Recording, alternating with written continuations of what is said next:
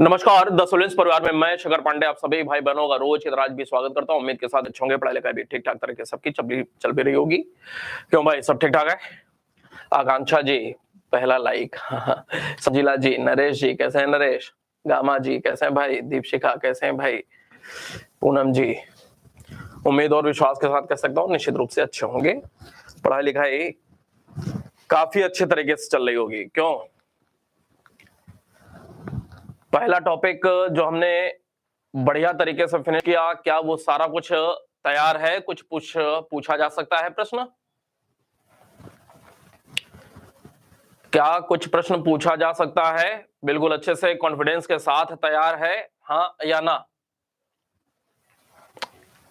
मेरे साथ पढ़ाई में आप एक चीज निश्चित रूप से गौर कर रहे होंगे कि किसी भी चीज को बहुत ही बढ़िया विस्तार तरीके से पढ़ना, परीक्षा की जो डिमांड होती है उससे 10-20% और गहराई में जाकर के पढ़ाई करना और डंके की चोट पे चीजों को तैयार कराना या तैयार करना, या कुछ ऐसा मेरा मानना है शिक्षा परीक्षा को लेकर के कि कभी भी स्टूडेंट की जो तैयारी होती है, मैं भी आपके जैसे ही कभी ना कभी स्टूडेंट रहा, गंभीर स्टूडेंट था और मुझे लगता है शायद आपसे ज्यादा गंभीर था। और मैंने अपने जो जीवन में अनुभव किया उसमें एक खास बात रही कि किसी भी चीज को एक बार नहीं, दो बार नहीं, 10 बार पढ़ने की कोशिश होनी चाहिए। न सिर्फ पढ़ने की कोशिश होनी चाहिए बल्कि उस पर चिंतन मंथन करने का भी प्रयास होना चाहिए। कहीं रास्ते में आना जाना भी होता था तो भी दिमाग में जो भी कुछ पढ़ करके निकले हुए हैं बाहर, वो सारी चीजें चलती रहती थी। क्यों हुआ, क्या हुआ, कैसे हुआ, ये सारी चीजें अपने आप से दिमाग में कहीं ना कहीं चलती रहती थी। उसका लाभ भी बहुत ज्यादा मिला। एक चलती फिरती डिक्शनरी हुआ करता था और सिर्फ इतिहास की बात नहीं, सिविल सर्विस की तैयारी के दौरान पूरे के पूरे सामान्य अध्ययन का सब कुछ जुबान पे याद होता था। और वैसा ही कुछ आपके साथ भी चाहता हूं कि आप मेरे साथ अभी इतिहास पढ़ रहे हैं तो कम से कम इतना ज्यादा जरूर अध्ययन होना चाहिए कि चीजें जुबान तक हो और कोई भी व्यक्ति हमारे आपके अलावा कोई प्रश्न पूछे तो दो ही बातें आपकी जुबान से निकलनी चाहिए, या तो उत्तर निकलना चाहिए फटाक से, या तो फिर सॉरी बोल देना चाहिए तुरंत के तुरंत। रुकने की जरूरत नहीं है, सोचने की जरूरत नहीं। मेरे साथ अगर आप पढ़ाई कर रहे हैं तो बहुत सोचने की जरूरत नहीं है कि इस प्रश्न का उत्तर क्या होगा। इसका मतलब कि मेरे साथ आप अच्छे से पढ़ाई नहीं कर रहे हैं। चीजें तैयार होनी चाहिए तुरंत के तुरंत। जैसे आप कोई इंटरव्यू फेस कर रहे हैं और फटाफट 10-20 प्रश्न पूछे जा रहे हैं आपसे इंटरव्यू में 10-15 मिनट के अंदर, और फटाफट आप आंसर करते जा रहे हैं। नहीं पता, सॉरी बोले, आगे बढ़े। ऐसा होना चाहिए। और ये ऐसी चीजें कैसे हो सकती हैं जब आप इतना पर्याप्त समय दें, और पर्याप्त समय देना ही है अगर परीक्षा पास करनी है। ये पक्का है कि जितना हम लोग पढ़ाई कर रहे हैं ना, इतना ऑनलाइन हो चाहे ऑफलाइन हो, ऐसे पढ़ाई नहीं की जाती है। कोई भी टीचर इतना समय नहीं देता है। जब यह पक्के से पता है हमें कि हम लोग बहुत ही सही तरीके से सही डायरेक्शन में चल रहे हैं विधिवत स्तर पे। मैं तो हमेशा से, आप में से कोई मेरे से बात भी करता है कि क्या कोई किताब पढ़नी है, मैं सीधे सीधे मना करता हूं, कोई किताब नहीं पढ़ना है, क्योंकि 10 किताब आपकी कॉपी में नोट है। 10 किताब की बातें आपके कॉपी में नोट है। किताब पढ़ने की जरूरत ही नहीं है। जहां तक समझ डेवलप करने की बात होती है, समझ अपने आप में डेवलप हो रहा है आपका। लेकिन जिम्मेदारी आपकी, आपकी ओर से होनी चाहिए कि इतना ज्यादा समय निकालें, पढ़ाई करें, बार बार चीजों को पढ़ें। एक बार में आप समझें 70-80 हजार रुपए से आपकी शुरुआत हो जाएगी। कितना बड़ा लालच है। अर्श फर्श का अंतर आ जाएगा जीवन में एक बार में। आपकी स्थिति कैसी सुविधा पूर्ण है या दुविधा वाली है वर्तमान में, घर परिवार के नजरिए से, समाज के नजरिए से, एक बार में उसमें परिवर्तन हो जाएगा और इतना गुणात्मक परिवर्तन होगा कि आगे 3 4 5 पीढ़ियों के लिए आप कुछ करके जाएंगे। कितना बड़ा लालच है। थोड़ा थोड़ा आप देख रहे होंगे, थोड़ा थोड़ा हम लोग रोज करते हुए आगे बढ़ रहे हैं और कितना काम कर लिया है। अगले 1 1.5 महीने में आप देखेंगे, ये पक्का है कि 30 अप्रैल आते आते ना, 30 अप्रैल, ये मार्च शुरू हो गया है, 30 अप्रैल आते आते हम लोग लगभग 90-95% शायद ऐसा भी हो सकता है कि 30 अप्रैल तक हमारा पूरा सिलेबस भी कंप्लीट हो जाए। कैसे होगा मुझे नहीं पता है, लेकिन हो जाएगा।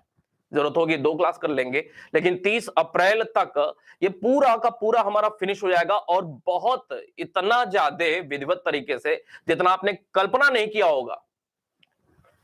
जब शुरुआत में जुड़ रहे होंगे तो मन में दुविधा भी रही होगी, यार ऑनलाइन है, पता नहीं ये कौन शख्स है, कैसे हैं, कहीं पैसा लेकर के इधर उधर तो नहीं हो जाएगा। ऑनलाइन में तो बहुत सुनने को मिला है तमाम लोगों के मन में, क्योंकि बहुत सारे लोगों ने मेरे से कई बार बात किया, उसके बाद आश्वस्त होकर के फिर।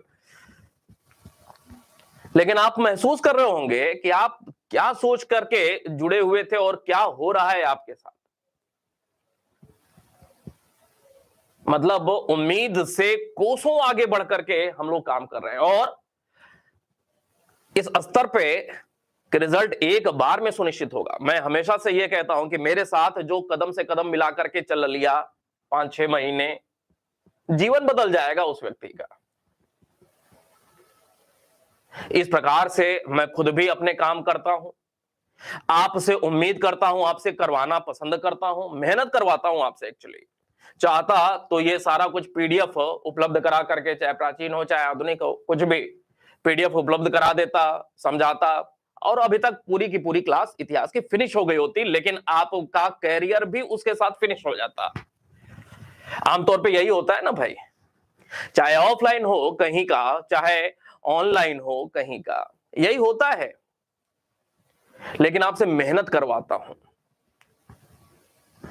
मैं, मेरा, मेरी, ये सारे ऐसे शब्द है ना जो काफी ज्यादा इस भौतिक जीवन में लगाव पैदा करते हैं। ये मेरी चीज है, वह मेरा बेटा बेटी है, वह मेरे माँ बाप है, यह मैं, मेरा, और इसमें अहम आता है। भौतिक जीवन में इन सारे शब्दों का बड़ा ही महत्व है। ठीक वैसे ही आप कहेंगे यह मेरा नोट्स है, मतलब मेरे द्वारा, और जब मैं, मेरा, मेरे, इस प्रकार की बातें आती हैं ना तो उससे लगाव पैदा होता है, आत्मीयता का विकास होता है वहां पे। और जब लगाव देखने को मिलता है अपने आप से, मन करता है और प्यार करें और दुलार दिखलाएं। वैसा ही आपके नोट्स के साथ है।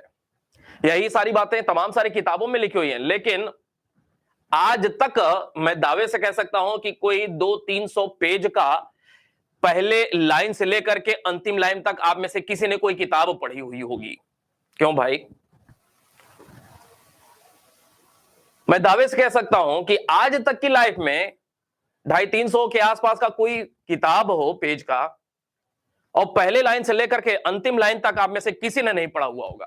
क्यों? क्योंकि उससे लगाव वो जो पैदा होना चाहिए वो पैदा हो ही नहीं पाया कभी। लेकिन ये जो आप मेरे साथ नोट करते हैं, जो मैं मेहनत करवाता हूं आपसे ना,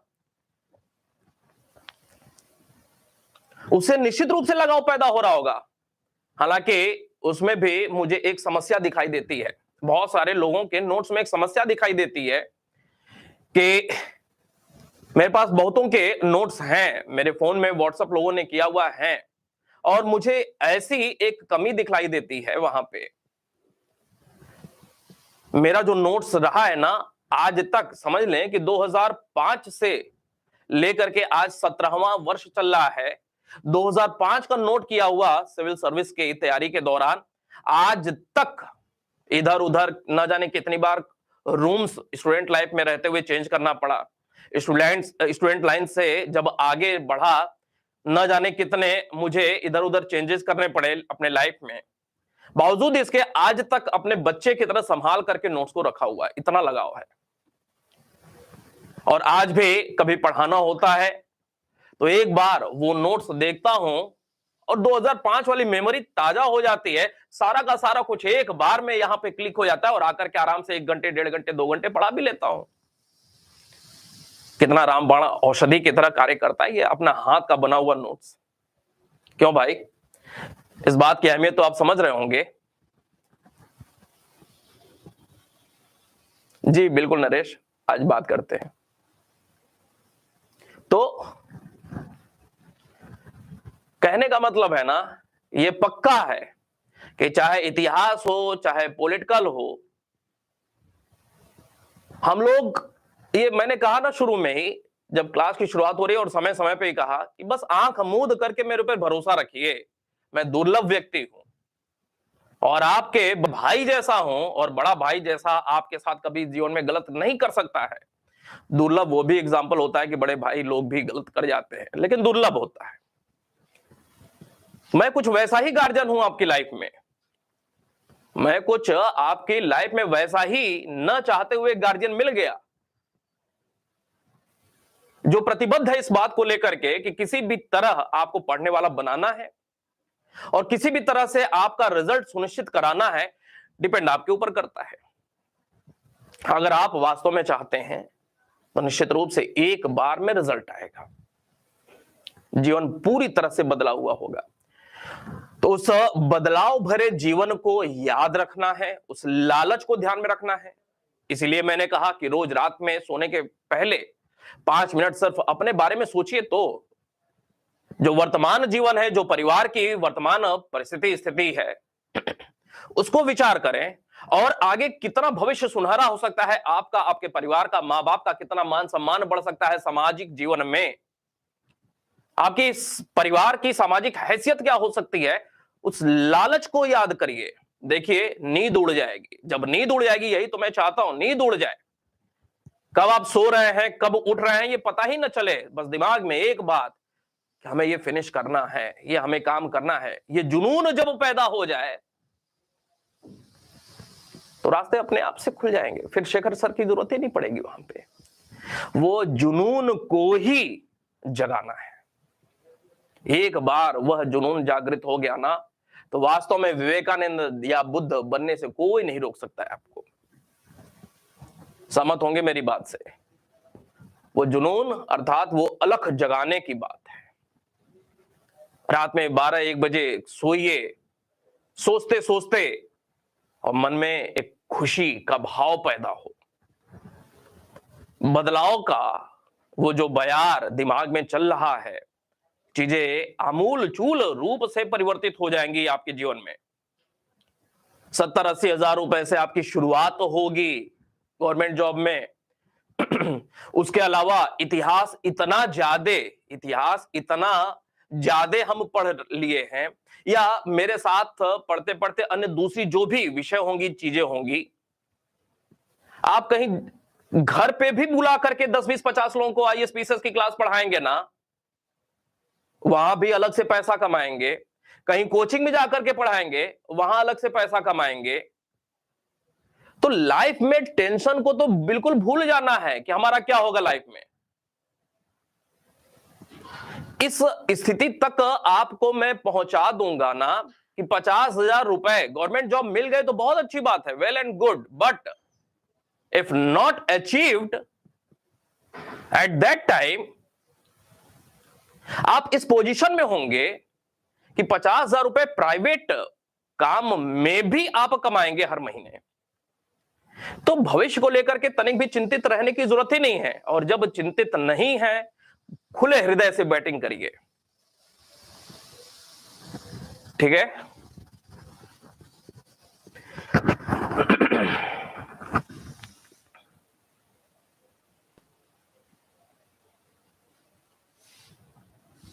ठीक है, ठीक है आर्या। कहीं भी किसी प्रकार की परेशानी हो, आप लोग फोन भी नहीं करते हैं कभी। कम से कम 10 दिन में एक बार अगर मेरे से बात करें तो उससे वास्तव में अलग से एनर्जी मिलेगी आपको। सबकी कुछ ना कुछ व्यक्तिगत अलग अलग परेशानियां होती हैं। 10 दिन में, 15 दिन में एक बार मेरे से व्यक्तिगत रूप से फोन पे बात करना चाहिए। देखिए रिजल्ट क्यों नहीं आएगा, लेकिन मुझे यह भी महसूस होता है कि इतने सारे लोग जुड़े हुए हैं, कहीं ना कहीं आप ही पीछे छूट रहे हैं। आप में ही वो अलख नहीं जगा हुआ है। जितनी गंभीरता होनी चाहिए जीवन के प्रति, जिस प्रकार का नजरिया होना चाहिए, वो नजरिया अभी तक डेवलप नहीं हो पाया है। जो ईमानदारी होनी चाहिए अपने को लेकर के, जो गंभीरता होनी चाहिए, वो चीज अभी नहीं हो पाई है। आप अपने आप को वही भेड़ चाल वाली स्थिति में अभी भी रखे हुए हैं। अपने आप को वही सामान्य सा व्यक्ति समझते हैं। और मैं क्या कहता हूं कि मैं भले ही सामान्य सा व्यक्ति हूं, लेकिन कभी भी यहां से अपने आप को सामान्य समझा ही नहीं। मैंने हमेशा से यहां पे दिमाग में रखा कि मैं एक विशेष व्यक्ति हूं और मुझे कुछ विशेष काम करना है। ईश्वर ने मुझे कुछ विशेष दायित्व के साथ यहां पे भेजा हुआ है। कुछ विशेष व्यक्ति हूं, विशेष काम करूंगा और विशेष पहचान बनाऊंगा। लेकिन आप में से बहुत सारे लोग अपने आप को सामान्य ही बनाए हुए हैं। इन बातों से ऊपर उठिए, कुछ विशेष अपने आप को समझें और विशेष कार्य करें, तभी विशेष पहचान बनेगी। चलें शुरुआत करते हैं आज की क्लास की।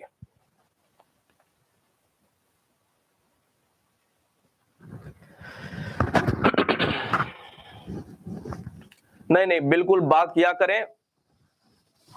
व्यस्तता और टेंशन भी बहुत रहती है मुझे। व्यस्तता तो रहती ही है, टेंशन भी बहुत ज्यादा रहता है, मैं परेशान भी बहुत ज्यादा रहता हूं, मैं ये भी बताऊं। लेकिन इसके बावजूद जब यहां पे मंच पे खड़ा हुआ होता हूं ना, तो वो सारी चीजें पीछे की भूल जाती हैं। मेरे साथ कभी 2 दिन रहेंगे ना, तो आपको यकीन होगा कि यार शेखर सर कितने परेशान रहते हैं। मेरे मतलब ये इतना समझ लें कि मैं 24 घंटे अपने परिवार के साथ ही रहता हूं, बेटी के साथ रहता हूं, पत्नी के साथ रहता हूं, बावजूद इसके मैं उन लोग के साथ नहीं रहता हूं। बात समझ में आ रही है? मैं उन लोग के साथ ही रहता हूं, लेकिन इसके बावजूद मैं उन लोग के साथ नहीं रहता हूं, क्योंकि उनसे बात भी नहीं कर पाता हूं 24 घंटे। मैं व्यस्त भी रहता हूं, मैं परेशान भी लाइफ में बहुत ज्यादा रहता हूं। बावजूद इसके करना है, काम करते रहना है। चले शुरुआत करेंगे। उत्तर मुगल शासक की शुरुआत कर रहे हैं और बात को ध्यान से समझने का प्रयास करेंगे। उत्तर मुगल शासन में आपको यह जानकारी होगी कि 1707 में औरंगजेब की मृत्यु होती है। औरंगजेब की 1707 में अहमदनगर, दक्षिण भारत में, महाराष्ट्र में मृत्यु होती है। कहां पे? अहमदनगर में। कुछ इतिहासकार औरंगजेब की मृत्यु के बाद ही भारत में आधुनिक काल की शुरुआत हो गई ऐसा मानते हैं, जबकि एक प्रमुख इतिहासकार यदुनाथ सरकार वो 1757 से आधुनिक काल की शुरुआत मानते हैं, न कि औरंगजेब की मृत्यु के साथ ही। उसके तर्क भी उन्होंने बताए और मैं आपको 2-3 बार पहले भी बता चुका हूं। 1757 प्लासी से औरंगजेब के कुल 5 पुत्र थे। पहले कहानी की तरह सुनते चले जाएं, आंख बंद करें और सुनते चले जाएं। औरंगजेब के 5 पुत्र थे। इन 5 के नाम हैं, एक का नाम था मोहम्मद सुल्तान, एक का नाम था अकबर, मोहम्मद सुल्तान अकबर। तीसरे का नाम था आजम, मोहम्मद सुल्तान अकबर आजम। चौथे का नाम था मुअज्जम। पहला हो गया मोहम्मद सुल्तान, दूसरा हो गया अकबर, तीसरा हो गया आजम, चौथा हो गया मुअज्जम, 5वां हुआ काम बख्श। ये कुल 5 बेटे थे। लेकिन सौभाग्य या दुर्भाग्य कहें कि इन 5 में से एक बेटा जो था अकबर, वह औरंगजेब का विद्रोही पुत्र के तौर पे जाना जाता था। इन 5 बेटों में से एक बेटा जिसका नाम अकबर था, वह औरंगजेब का विद्रोही पुत्र था। क्यों था?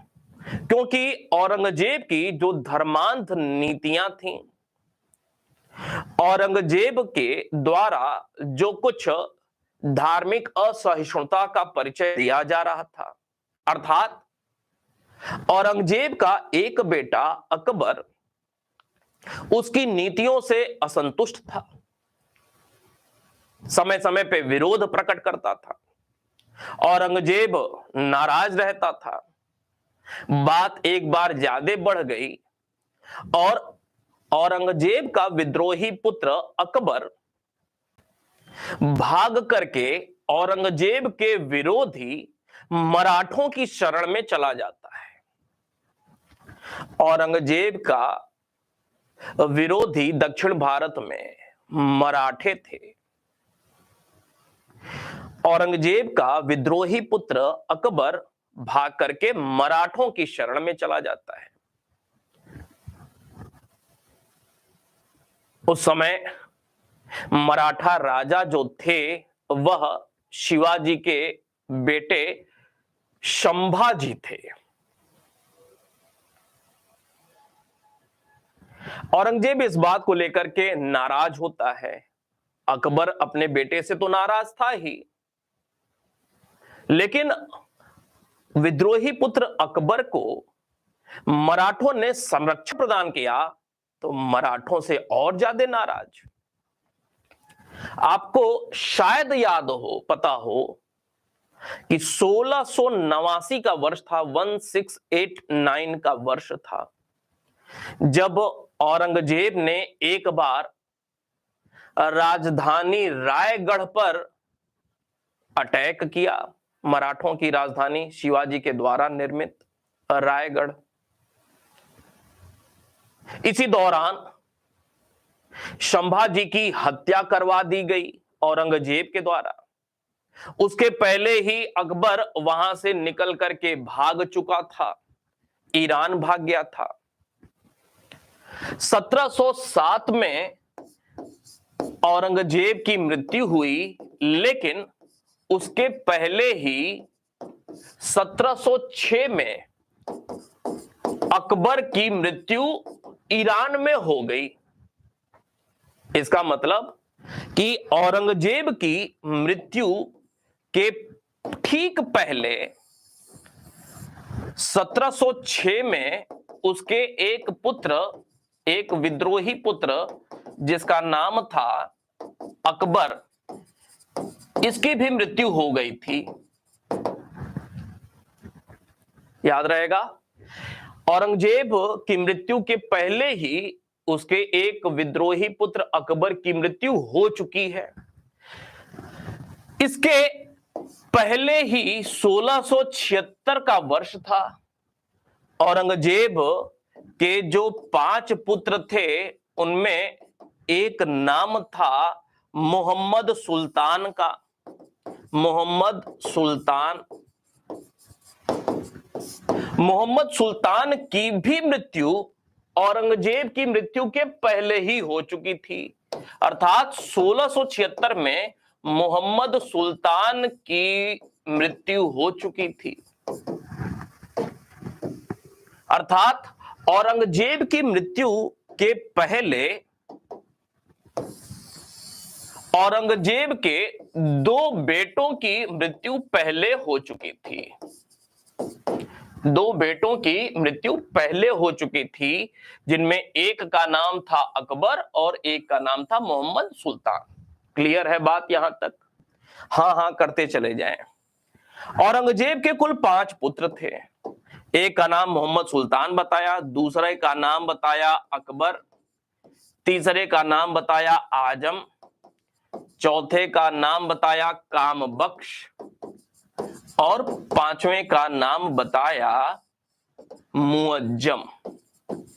ये इस क्रम में इस वजह से लिखा, हालांकि सबसे जो बड़ा पुत्र था ना, सबसे बड़ा पुत्र मुअज्जम था, लेकिन इसका नाम सबसे बाद में लिखा।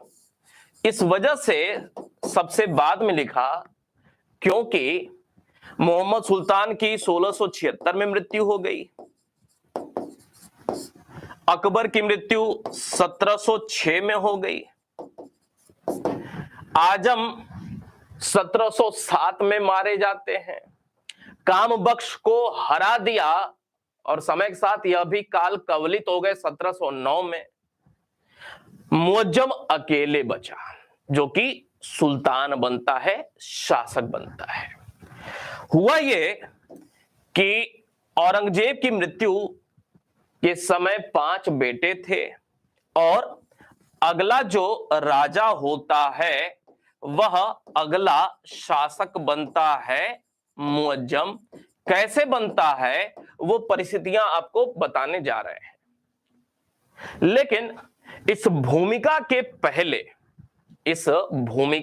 पहले थोड़ा सा एक क्रोनोलॉजी में सारे के सारे उत्तर मुगल शासकों के क्रम देख लें और किस किस समय काल तक उन्होंने शासन किया वह देख लेते हैं। उसके बाद इस भूमिका से हम लोग आगे बढ़ जाते हैं। तो उत्तर मुगल शासकों की बात होती है तो उत्तर मुगल शासक, आपके पास नोट्स है और हूबहू वो सारी बातें यहां पे होंगी, इक्का दुक्का बात ही नई देखने को मिलेगी। तो आपके पास जो नोट्स उपलब्ध है एक बार उसको रिवीजन करते चले जाएंगे साथ में, या एडवांस में ही पढ़े होंगे, बहुत अच्छा रहा होगा। उत्तर मुगल शासन की जो शुरुआत हो रही है 1707 से लेकर के 1857 तक हो रही है, अर्थात उत्तर मुगल शासन का जो काल है अर्थात औरंगजेब के बाद वह कितना है, लगभग 150 वर्ष का। उत्तर मुगल शासन का दौर लगभग 150 वर्षों का है। इस उत्तर मुगल शासन के दौरान जो शासक देखने को मिलते हैं उनमें पहला नाम है मुअज्जम का। मुअज्जम, ये जो मुअज्जम है वह जब शासक बनता है तो किस नाम से शासक बनता है, बहादुर शाह प्रथम के नाम से शासक बनता है। इसी को शाह आलम प्रथम के नाम से भी जाना जाता है, शाह आलम प्रथम के नाम से जाना जाता है। ये उत्तर मुगल शासन का पहला सम्राट या शासक है। इसका जो शासन काल है वह शासन काल 1707 से लेकर के 1712 तक का है। ये सारी चीजें क्रमशः याद होनी चाहिए। कैसे याद होगा, कई तरीके बताए हुए हैं, आप अपने तरीके भी इजाद करें। याद होना चाहिए, मैं कह रहा हूं इतिहास पढ़ने का मतलब चीजें याद होनी चाहिए। समझ जहां हो वहां डेवलप करें, जो चीज याद करने की है वो याद होना पड़ेगा। दूसरी बात, मुअज्जम के बाद जो अगला शासक बनता है वह है जहांदार शाह। जो होशियार होंगे, रफ काम कर रहे होंगे, जहांदार शाह। जहांदार शाह सिर्फ और सिर्फ 10 महीने के लिए शासक बना। 1712-13 की बात है, 10 महीने के लिए यह शासक बना हुआ था। जहांदार शाह के बाद अगला नाम आता है उत्तर मुगल में फर्रुख सियर का। यह फर्रुख सियर साहब कुछ ज्यादा वर्षों के लिए अर्थात 1713 से लेकर के 1719 तक मुगल शासक के तौर पे जाने गए। फर्रुख सियर के बाद थोड़ा सा ड्रामा देखने को मिलता है, ड्रामेटिक चेंजेस देखने को मिलते हैं। रफी उद दरजात और रफी उद दौला ये 2-3-4 महीने के लिए शासक बनते हैं। तो यह भी 1719 में ही, यह भी 1719 में ही शासक रहते हैं। ये जो रफी उद दरजात हैं सबसे कम समय तक मुगल शासक कौन था, तो सबसे कम समय तक मुगल शासक रफी उद दरजात थे 3 महीना 18 दिन। यह इनका शासन काल रहा 1719 में। दूसरे सबसे कम समय तक शासक कौन था मुगल, तो वह रफी उद दौला साहब थे। ठीक है, 1719 में ही। इसके बाद क्या हुआ, इसके बाद जो अगला शासक होता है वह होता है मोहम्मद शाह रंगीला। याद होना चाहिए क्रम। मोहम्मद शाह रंगीलापन था, तो रंगीला इनका नाम नहीं था, इतिहासकारों के द्वारा यह टाइटल जोड़ दी गई है। बड़ा ही लंबा समय काल रहा, 1719 से लेकर के 48 तक का। अगर प्रश्न यह पूछा गया, एक प्रश्न यह भी बनेगा, उत्तर मुगल शासकों में सर्वाधिक समय तक शासक कौन था, प्रश्न यह भी पूछा जा सकता है। संपूर्ण मुगल काल में सर्वाधिक समय तक शासक कौन था, प्रश्न यह भी बनता है। तो ये अगर समय याद नहीं रहा तो निश्चित रूप से एक प्रश्न पढ़ा हुआ गलत हो जाएगा। मोहम्मद शाह के बाद अगला जो शासक होता है वह अहमद शाह होता है। यह अहमद शाह 1748 से लेकर के 54 तक मुगल शासक रहे। अहमद शाह के बाद आलमगीर द्वितीय इस वजह से कहा जा रहा है क्योंकि औरंगजेब का वास्तविक नाम आलमगीर था, तो औरंगजेब ही आलमगीर प्रथम है और यह भाई साहब आलमगीर द्वितीय के नाम से मुगल शासक बन रहे हैं। इनका वास्तविक नाम क्या था, तो इनका वास्तविक नाम था अजीजुद्दीन। कब से कब तक, तो 1754 से लेकर के 1759 तक का शासनकाल इनका था, आलमगीर द्वितीय का। आलमगीर के बाद अगला नाम आता है शाह आलम द्वितीय का। शाह आलम द्वितीय का वास्तविक नाम शाह आलम नहीं था, बल्कि इनको ऐसे पुकारा जाता था। ये शाह आलम द्वितीय इस वजह से हो रहे हैं क्योंकि शाह आलम प्रथम कौन है, शाह आलम प्रथम यह मुअज्जम ही है जो कि पहला उत्तर मुगल शासक था। तो पहला और दूसरा कैसे हो रहा है वो भी देखने की बात है। इसके बाद ये जो शाह आलम द्वितीय साहब हैं, तो इनको लेकर के एक और खास बात कि शाह आलम द्वितीय का वास्तविक नाम अली गौहर था। अली गौहर, प्रश्न यह भी पूछा हुआ है। इनका जो समय काल था एक लंबा समय काल 47-48 वर्षों का, 1759 से लेकर के 1806 तक का शासन काल, लंबा समय काल। मुगल शासकों में तीसरा सबसे ज्यादा लंबा शासनकाल इनका। शाह आलम के बाद अकबर द्वितीय हो जा रहा है। अकबर द्वितीय 1806 से लेकर के 1837, और अकबर द्वितीय के बाद शाह आलम द्वितीय, शाह आलम लिख रहा, बहादुर शाह द्वितीय जफर, पूरा नाम बहादुर शाह प्रथम वही मुअज्जम होता है, इस वजह से यह बहादुर शाह द्वितीय हो जाते हैं क्योंकि नाम इनका बहादुर शाह है। जफर नाम से यह कुछ कविताएं लिखा करते थे फारसी में, इस वजह से उपनाम भी जुड़ जाता है नाम में, बहादुर शाह द्वितीय जफर। 20 वर्षों का शासनकाल था, 1837 से 1857। तो यह एक क्रोनोलॉजी है, निश्चित रूप से आपको याद रखना है उत्तर मुगल शासकों में। अब एक प्रश्न अगर यह पूछ लिया गया कि उत्तर मुगल शासकों में, प्रश्न कैसे कैसे पूछा जा सकता है वो आपको याद दिला रहा हूं। उत्तर मुगल शासकों में कुल कितने शासक हुए? 11, 12, 13, 14। मान लीजिए यह विकल्प आ गया। अब आप तो जोड़ना शुरू कर लेंगे वहां पे एग्जामिनेशन हॉल में। अगर मान लें ऐसा प्रश्न आ गया तो जोड़ना शुरू कर लेंगे। और कहीं घबराहट में एक आध छूट गया तो छूट गया, फिर कितने होंगे काउंट करके लिखेंगे। बताएं कितने हुए भाई? 1, 2, 3, 4, 5, 6, 7, 8, 9, 10 और यह 11। कितने हुए कुल? 11।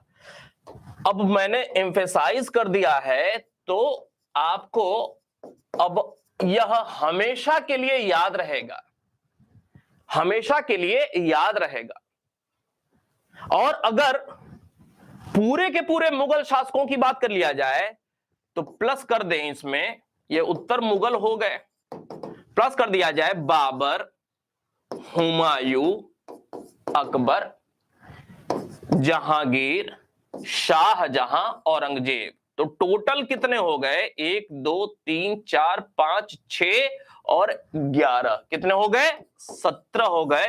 तो कुल कितने मुगल शासक थे? कुल 17 मुगल शासक हुए। कब से कब तक? तो भाई 1526 से लेकर के 1857।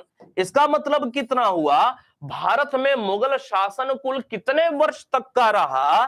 तो भाई यह रहा 15, 3, 18, 330 वर्ष तक मुगलों ने भारत पर शासन किया हुआ था। यही रहा ना भाई, लगभग 330-31 वर्ष मुगलों का शासन भारत में रहा था। उम्मीद करता हूं दिमाग में बात घर कर रही होगी। तो ये सारी चीजें याद रखना है, आधारभूत बातें हैं जब आप इतिहास पढ़ते हैं या कल को पढ़ाने वाले हैं। आगे बढ़ जाते हैं। तो इसमें हमने देखा कि जो औरंगजेब के बाद पहला शासक हो रहा है वह मुअज्जम हो रहा है, अगला शासक। कैसे हो रहा है? तो 1707 में औरंगजेब की मृत्यु होती है। औरंगजेब की मृत्यु अहमदनगर में होती है। कहां पे होती है? अहमदनगर में। जुबान से बोलते रहें, अहमदनगर में। थोड़ा सा मेहनत करना होता है बच्चों जैसे। हम लोग की पढ़ाई बिल्कुल हम लोग बच्चों जैसे पढ़ते हैं। जैसे बच्चों को स्कूल में जब आप छोटे थे 4 में, 5 में, 6 में, 6, 7, 8, 9, 10th में जब हम लोग पढ़ते थे तो स्कूल जाते थे कैसे पढ़ते थे? या होम ट्यूशन वाला ट्यूटर आता था, कैसे पढ़ाते थे? किसी बात को समझाना होता था, फिर बोल बोल करके लिखाना होता था। वही बचपना हम लोगों का दोबारा से अभी आ चुका है। लोग क्या करते हैं? पढ़ाई को आजकल दूसरे तरीके से लोग प्रेजेंट करते हैं।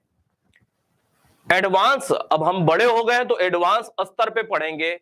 बस किताब पढ़ते हैं लोग, ऐसे किताब पढ़ते हैं लोग, किताब पढ़ते हैं लोग, ऐसे यही काम करते हैं ना। नोट्स लोग पढ़ते हैं। क्यों पढ़ते हैं? क्योंकि हम बड़े हो गए हैं, हमारे पढ़ने का तरीका बदल गया है। अगर किताब पढ़ने से ही तैयारी हो जाती तो बचपन से हमें वो वाला तरीका क्यों सिखलाया गया? कॉपी क्यों बनवाई गई? ये तो सोचने की बात है। इसका मतलब या तो ये सही है या तो पढ़ने का तरीका वो सही है, या तो ये गलत है या तो वो गलत है। समझने की बात है। एम्फेसाइज कर रहा हूं किस बात पे कि वास्तव में पढ़ने का तरीका क्या होता है। पढ़ना, लिखना, डिस्कस करना, यही 3 तरीके होते हैं। औरंगजेब की मृत्यु अहमदनगर में होती है। 5 पुत्र थे, मोहम्मद सुल्तान, जुबान से बोलते रहे, अकबर, आजम, कामबख्श, मुअज्जम। वैदिक काल में शिक्षा का तरीका क्या था? तो वैदिक काल में शिक्षा का तरीका मेढक की तरह टरटराने वाला था। गुरुकुल पद्धति। लेखन अगर 50 शब्द में आ जाए वैदिक काल में शिक्षा का प्रारूप या स्वरूप, तो 2 बातों पे फोकस करना है। शिक्षा किस प्रकार की दी जाती थी, शिक्षा कैसे दी जाती थी, शिक्षा देने वाले कौन थे। अगर तीसरी बात जोड़ना है तो जोड़ सकते हैं। शिक्षा कैसे दी जाती थी, किस बात की दी जाती थी, यही दो बातें हैं खास। लेखन कला का विकास नहीं था, ग्रामीण परिवेश वाला वैदिक काल था। मेढक की तरह टरटरा करके शिक्षा प्रदान की जाती थी, गुरुकुल पद्धति। गुरु होता था, उसके कुछ चेले शिष्य होते थे। गुरु बोल रहे हैं अहम ब्रह्मस्मि, अब सामने छोटे छोटे बच्चे बैठे हुए हैं, लिखना पढ़ना तो है नहीं, कागज का आविष्कार हुआ नहीं था, तो अहम ब्रह्मस्मि वो भी बोल रहे हैं। इधर से गुरु उधर से चेला, इधर से गुरु उधर से चेला, मौखिक रूप से रटा रटा करके याद कराया जाता था। ठीक है, न सिर्फ छोटे बच्चे बल्कि बड़े लोग भी, अपाला, घोषा, सच्ची, पौलमी, कक्षावृत्ति, विश्ववरा, ये लोग क्या थे? विदुषी थी। कैसे इनको वेदों का ज्ञान हुआ? ऐसे ही ज्ञान हुआ, चाहे वो छोटे बच्चे हों चाहे बड़े लोग भी हों। ठीक है, तो वही सही तरीका है। औरंगजेब की मृत्यु, 5 बच्चे। औरंगजेब के बाद मुअज्जम अगला शासक बनता है। मुअज्जम पे बात करना शुरू करते हैं। 2 बातें यहां पे बताया कि औरंगजेब के 5 बेटों में से औरंगजेब के मरने के पहले उसके 2 बच्चों की मृत्यु हो चुकी थी। सबसे पहले 1676 में मोहम्मद सुल्तान, 1706 में अकबर, इन दोनों की मृत्यु हो चुकी है। औरंगजेब का एक विद्रोही पुत्र, नाम क्या था? अकबर नाम था। आगे बढ़ जाते हैं। अब यह मुअज्जम जो है कैसे शासक बनता है, तो ये 2 लोग तो निपट चुके हैं, लेकिन ये 3 लोग बच रहे हैं ना, इन्हीं तीनों में से मुअज्जम शासक बन रहा है। तो यह शासक कैसे बन रहा है, इसका मतलब इन लोगों के बीच में क्या हुआ होगा? उत्तराधिकार का संघर्ष हुआ होगा, उत्तराधिकार का संघर्ष हुआ होगा। इसका मतलब क्या है? और एक बात आपको और भी बताया कि यह जो मुअज्जम है ना, वह सबसे बड़ा बेटा है। यह मुअज्जम जो है वह सबसे बड़ा बेटा है। अब ये सारी बातें बता दिया, लेकिन इसमें एक बात अब अंतर्निहित थी जो कि समझना चाहिए था। इतनी बुद्धि होनी चाहिए जो कि समझना चाहिए। अगर प्रश्न यह पूछ लिया गया कि क्या मुगल प्रशासन शासन में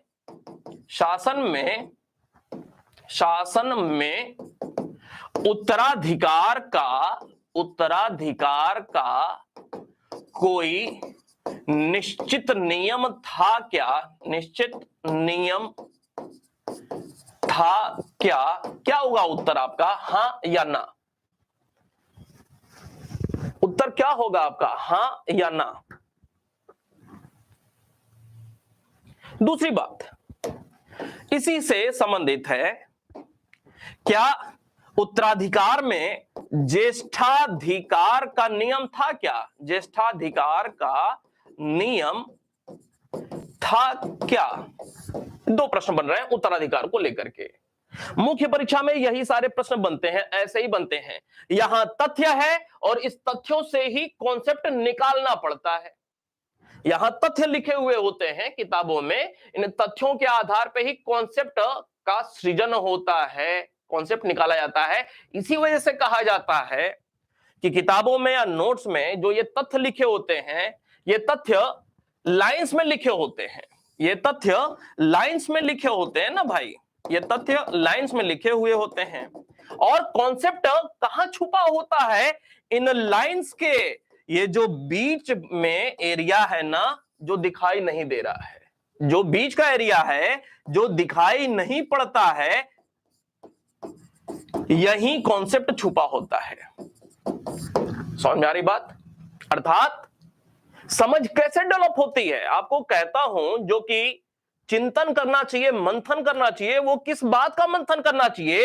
ये जो दिखाई नहीं दे रहा है, इसी बात का मंथन करना चाहिए। समझ में आ रही बात? आईएएस कौन से लोग बनते हैं और पीसीएस कौन से लोग बनते हैं, यह भी आपको आज स्पष्ट कर दे कि आईएएस ये लोग बनते हैं जो यह दिखाई नहीं देता है, जो हिडन चीजें होती हैं बिटवीन 2 लाइंस, जो चीजें दिखाई नहीं देती हैं, वह व्यक्ति जो इन न दिखाई देने वाली चीजों को पकड़ लेता है, अर्थात यह समझ जाता है वह बनता है आईएएस। सबसे बड़ा गुण आईएएस बनने का, तमाम सारे विद्वान तमाम सारी बातें कहते हैं, ये करना चाहिए, वो करना चाहिए, ऐसे आईएएस बना जा सकता है, वैसे आईएएस बना जा सकता है। लेकिन आईएएस बनने का जो एकमात्र सबसे प्रमुख गुण है, और यह गुण कैसे होता है, नैसर्गिक गुण होता है। वास्तव में कुछ लोग ऐसे जन्मजात रूप से पैदा होते हैं, आप अपने आसपास के माहौल में भी देख सकते हैं, हम लोग कुछ सारी बातों को सोचते हैं कि यार इसका क्या रास्ता निकल सकता है, और कुछ लोगों के पास फटाक से उत्तर उसी दिशा में वो सोचते ही हैं, फटाक से उत्तर, यार ऐसे कर लेते, हम तुरंत आश्चर्य करना शुरू कर लेते हैं, यार मेरे दिमाग में क्यों नहीं यह बात आई है। तो वह जो कुछ लोग ऐसे होते हैं ना, वैसे ही टाइप के लोग क्या बनते हैं, आईएएस। पीसीएस कौन से लोग बनते हैं, पीसीएस ये वाले लोग बनते हैं, जो लाइंस लिखी हुई होती है ना, जो रट्टाफिकेशन वाला है, वो लोग पीसीएस बनते हैं। बात समझ में आ गई होगी, आईएएस कैसे होते हैं, पीसीएस कैसे होते हो। वापस आते हैं, तो हम लोग जो बात कर रहे थे कि उत्तराधिकार का यह प्रश्न पूछा भी जा सकता है, कॉन्सेप्ट वाले प्रश्न भी बनेंगे। उत्तराधिकार का नियम था, नहीं था। उत्तराधिकार का नियम वास्तव में कहीं राजतंत्र में स्थित होता ही नहीं है। हालांकि अपवाद स्वरूप दक्षिण भारत के इतिहास में निश्चित रूप से ऐसा देखने को मिलता है। उत्तराधिकार के निश्चित नियम की अगर बात किया जाए तो उत्तर भारत में राजतंत्रात्मक व्यवस्था में ऐसा देखने को नहीं मिलता है। लोकतंत्रात्मक व्यवस्था में चूंकि संवैधानिक व्यवस्था होती है और सब कुछ लिखा हुआ है, तो उत्तराधिकार का निश्चित नियम होता है। किस परिपाटी पर, संविधान में लिखी हुई बातों के आधार पर उत्तराधिकार का निश्चित नियम होता है कि 5 वर्ष बीतेगा, उसके पहले चुनाव होगा, और जो बहुमत प्राप्त करेगा, बहुमत का अलग से निश्चित नियम है। किस प्रकार का बहुमत, फर्स्ट पास्ट द पोस्ट वाली बात है या फिर दूसरी कोई बात है।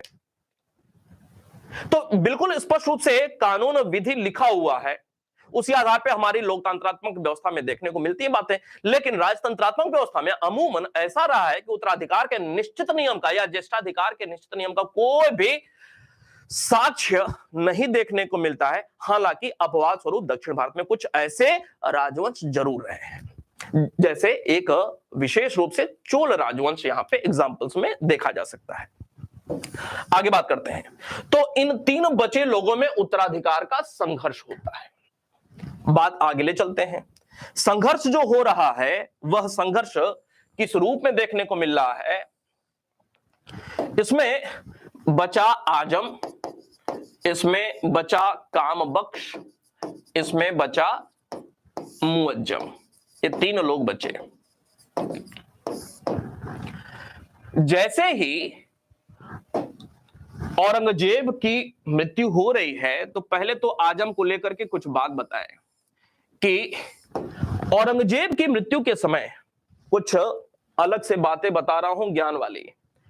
औरंगजेब की मृत्यु के समय ना, औरंगजेब की मृत्यु के समय कुल कितने मुगल प्रांत थे के समय, मुगल प्रांतों की अगर बात किया जाए तो भारत में कुल मुगल प्रांतों की संख्या थी 21। कितनी थी? 21।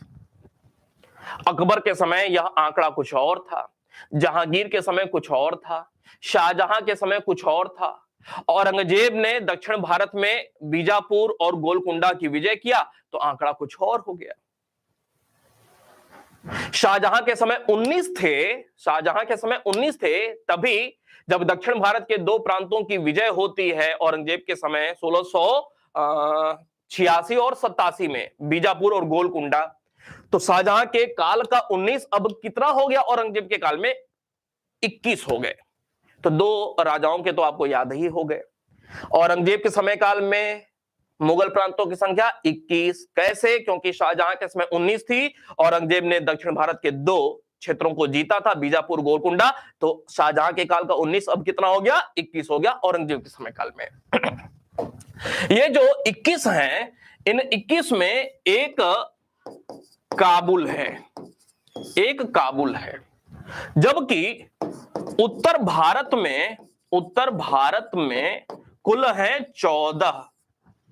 जब अकबर पढ़ेंगे ना तो उस समय काल में यह 14 और 21 या जो भी 15-16 हैं उसके काल में वो सब आपको बताऊंगा।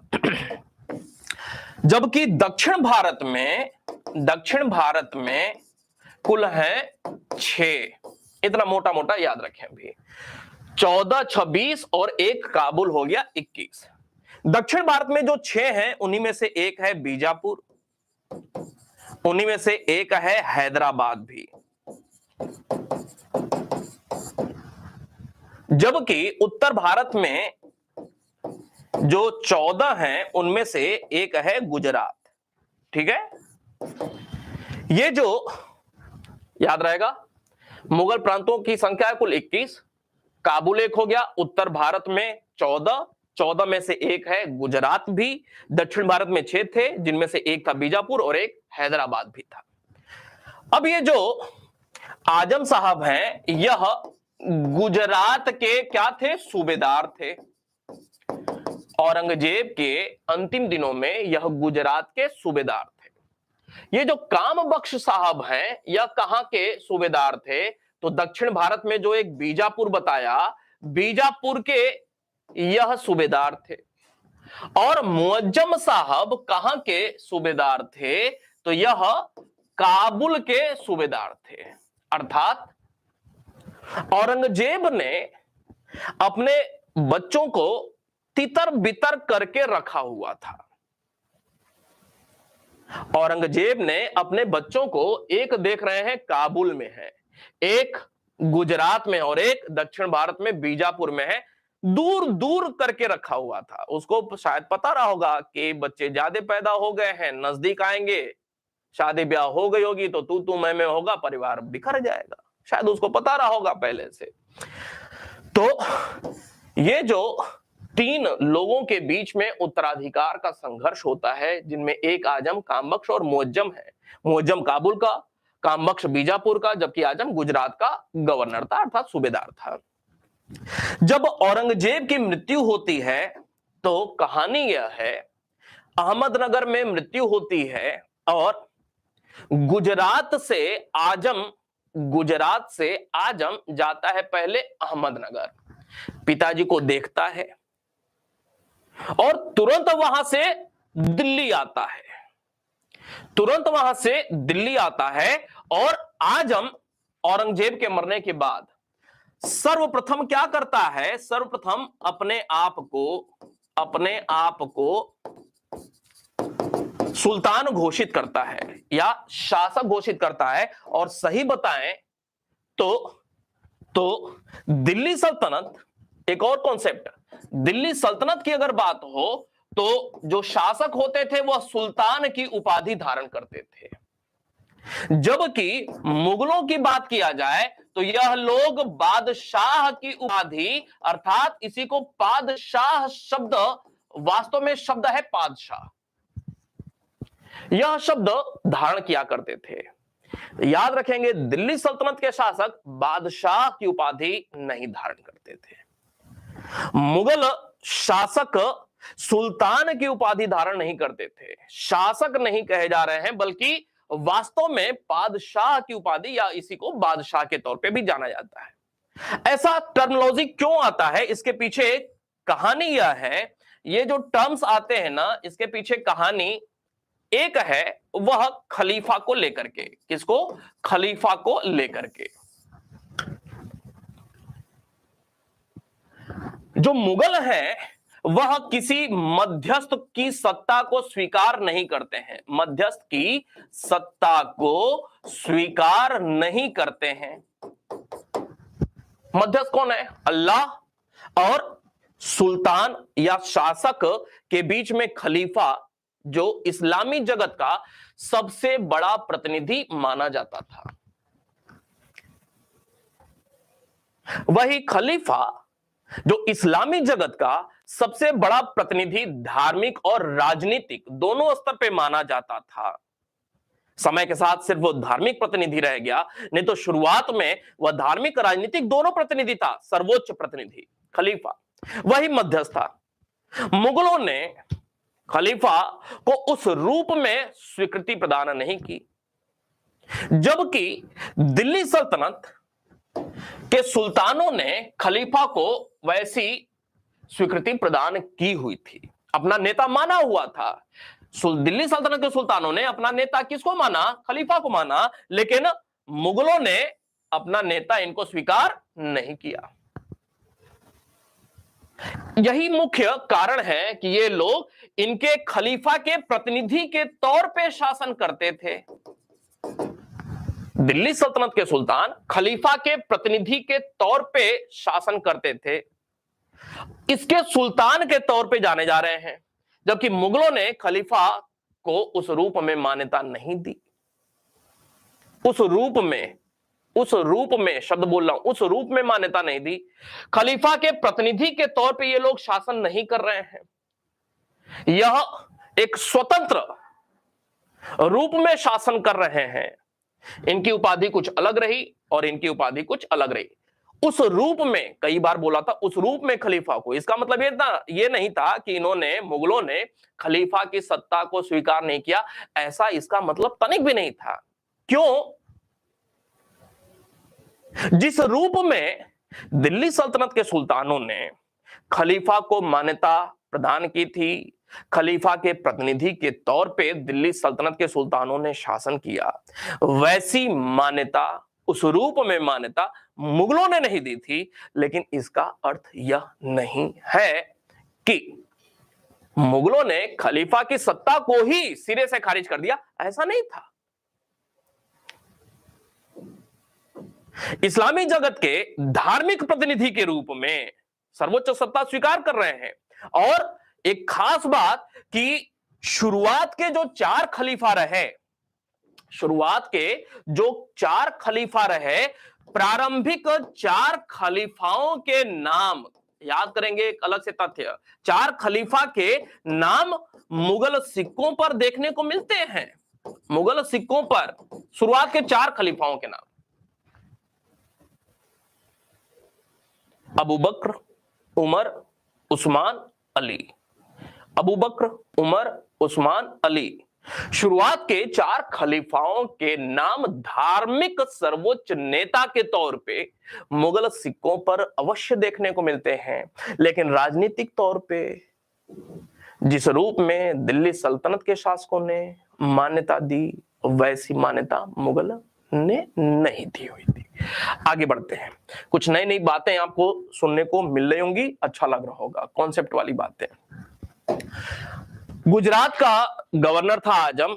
जैसे ही औरंगजेब की मृत्यु होती है, औरंगजेब को देखने जाता है, उसका शव देखने जाता है और फटाक से वहां से निकल करके आता है दिल्ली और अपने आप को सुल्तान घोषित करता है। घोषित किया।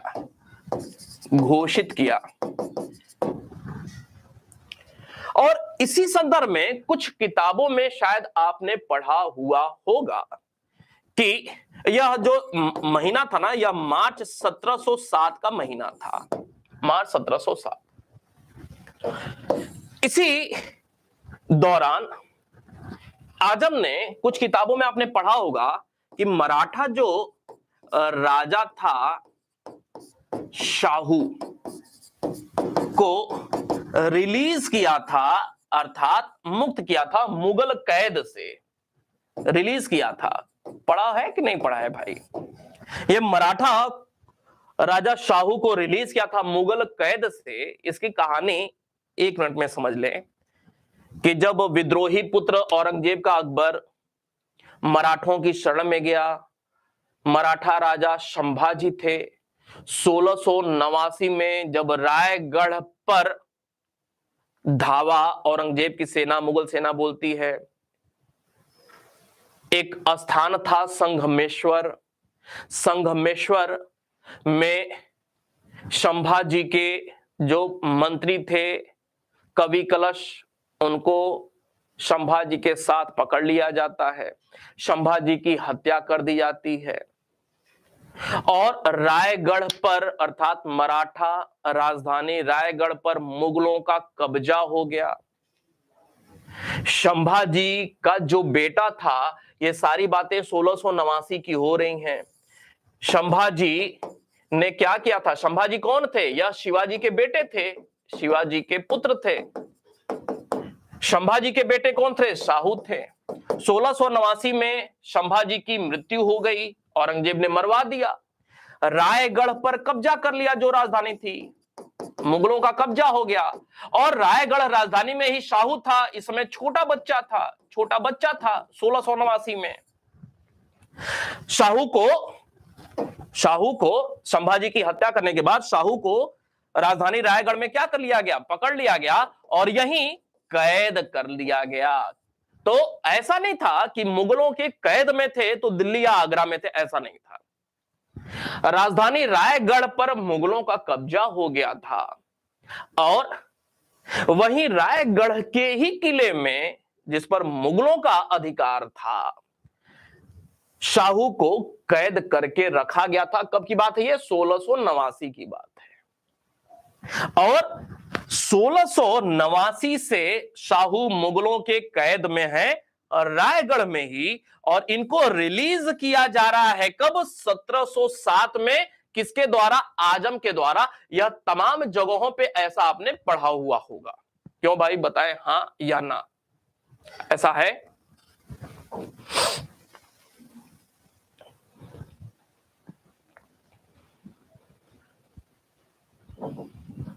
बिल्कुल बिल्कुल आर्या जी, अभी हम लोग बस एक झलक देख रहे हैं, अभी ताराबाई की बात ही नहीं करेंगे, ठीक है? तो लेकिन इस बात को लेकर के एक समस्या पैदा होती है कि क्या शाहू को रिलीज करने की जो बात है, क्या वह आजम ने किया था? इस बात को लेकर के समस्या पैदा होती है। कुछ किताबों में लिखा हुआ है आजम ने, जबकि कुछ किताबों में लिखा हुआ है कि यह रिलीज करने का कार्य बहादुर शाह प्रथम ने किया था, अर्थात मुअज्जम ने किया था। और उत्तर भी आपको जो लगाना है, आपको परीक्षा में उत्तर जो लगाना है वह यही लगाना है। क्यों? क्योंकि औरंगजेब की मृत्यु होने के बाद आजम ने बाकायदे शपथ नहीं लिया था। आजम ने स्वयं को बादशाह घोषित किया। तो वास्तव में वह शासक स्वयं को घोषित कर रहे हैं, शासक हो ही नहीं पाए, क्योंकि शासक बनने के लिए पूरा बाकायदा जो राज्याभिषेक होना चाहिए था वह नौबत आ ही नहीं पाई, क्योंकि तुरंत ही उनको उत्तराधिकार का संघर्ष झेलना पड़ा। और उस उत्तराधिकार के संघर्ष में बहादुर शाह प्रथम विजयी हुआ। तो ऐसा चूंकि माना जाता है, बीच की सारी कहानियों को भूल करके, कि औरंगजेब के बाद अगला शासक बहादुर शाह प्रथम हुआ। इस वजह से बहादुर शाह प्रथम के ही काल में आजम को रिलीज किया, शाहू को रिलीज किया गया था। उम्मीद करता हूं बात स्पष्ट होगी। आपको भी यही उत्तर लगाना है। अगर प्रश्न यह आया कि शाहू को किस मुगल शासक ने रिलीज किया था, मुगल कैद से मुक्त किया था, बहादुर शाह प्रथम ने। ये इस वजह से बताया क्योंकि आप में से अधिकांश लोग ये जानते रहे होंगे कि यह शाहू कहां पर कैद था। तो ये तो पता होगा कि शाहू मुगलों के कैद में था, उसको रिलीज किया गया, लेकिन कहां पर कैद था और वो क्या कहानी थी वो आपको बताया। राजधानी रायगढ़ में ही यह शाहू को कैद करके रखा गया था। कब कैद किया गया था? औरंगजेब के समय काल में। कब रिलीज किया गया? औरंगजेब के ठीक बाद अगला जो शासक होता है बहादुर शाह प्रथम, उसी के समय काल में। क्लियर है बात? आगे बढ़ते हैं। तो ये जो मार्च 1707 में आजम अपने आप को सुल्तान घोषित करते हैं, तो तुरंत इनको उत्तराधिकार का संघर्ष भी झेलना पड़ता है। हुआ ये, मार्च 1707 के बाद जून का महीना आता है, जून 1707। जैसे ही काबुल का जो गवर्नर, काबुल का गवर्नर वहां बात पहुंचते पहुंचते भी एक आध महीना टाइम लग गया। कोई संदेशवाहक जाएगा काबुल तक दिल्ली से, तभी जानकारी मिलेगी। काबुल में जैसे ही पता चला कि पिताजी की मृत्यु हो गई है, तुरंत वहां से निकला बहादुर शाह, क्योंकि सबसे बड़ा बेटा था। और रास्ते में पहुंचते पहुंचते ही उसको पता चल गया कि आजम ने अपने आप को सुल्तान घोषित कर दिया है। पिताजी को देखेंगे बाद में, पहले गद्दी को देखें, क्योंकि पिताजी ने सबसे बड़ा बेटा मुझे ही पैदा किया था, सबसे ज्यादा योग्य मैं ही हूं।